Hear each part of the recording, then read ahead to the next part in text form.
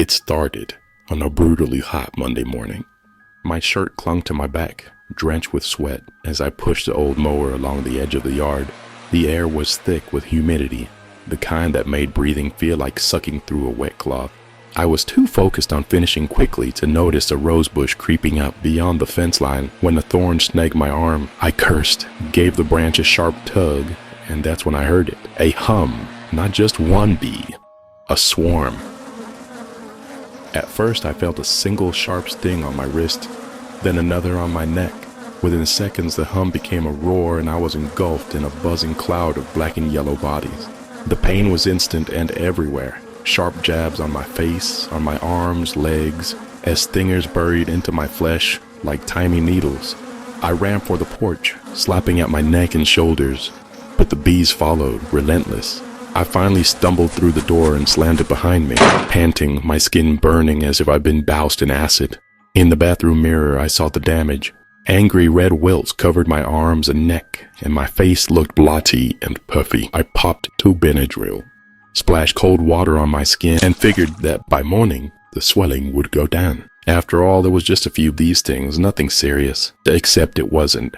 By Tuesday, things were worse. Those things hadn't gone down, they'd grown. Each one now bulged like a golf ball, hot and tight beneath my skin. They itched so badly that I felt like ripping off my own flesh. But every time I tried to scratch, the pain shot through me like an electric jolt. I spent hours pressing ice packs against my arms, but nothing helped. And then, while laying in the couch that night, I noticed something that made my stomach twist with dread. The stings felt like they were moving. I pressed a finger to a swollen lump on my forearm, and something beneath it shifted. Just slightly, a squirming as though something was inside trying to wriggle free. My heart skipped. I jerked my hand away, breathing hard, my skin crawling with the impossible realization. For a moment, I tried to convince myself it was just my imagination. An allergic reaction, maybe. The Benadryl should have kicked in by now, I thought. But deep down, I knew this wasn't normal. By Wednesday night, the movement under my skin grew more frequent. The swollen lumps pulsed with every beat of my heart, like they had a rhythm of their own.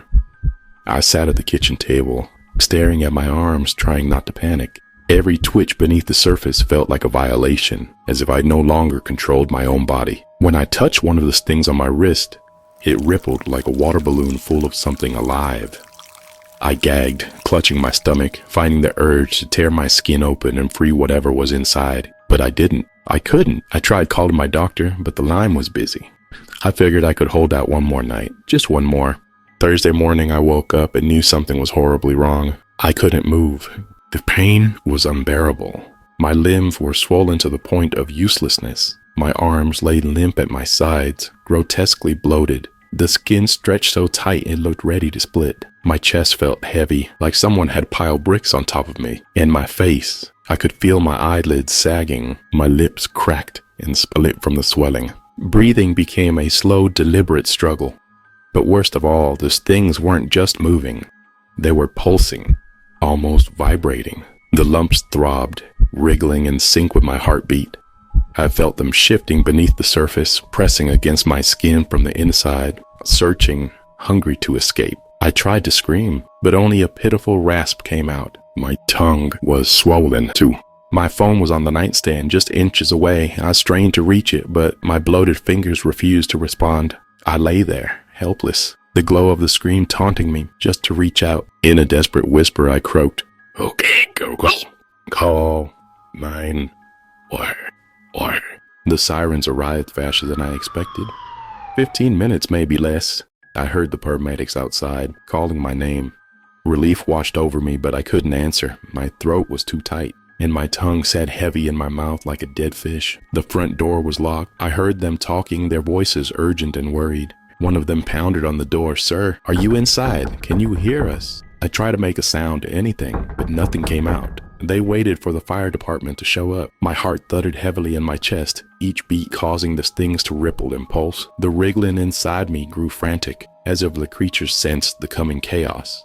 When the firefighters arrived, they wasted no time. I heard a crash of wood as a door splintered under the force of their axes. Footsteps rushed inside, and moments later I saw them. Blurry figures in red and white, moving towards me like ghosts. The first paramedic stopped dead in his tracks when he saw me. "Oh my God," he whispered, his voice full of shock. I could feel the weight of their stares. My swollen body must have looked like a grotesque balloon, each sting a bulging, writhing knot. They tried to lift me onto the gurney, and that's when it happened. With a sickening rip, my skin gave way. The stings erupted, bursting open like an overripe fruit.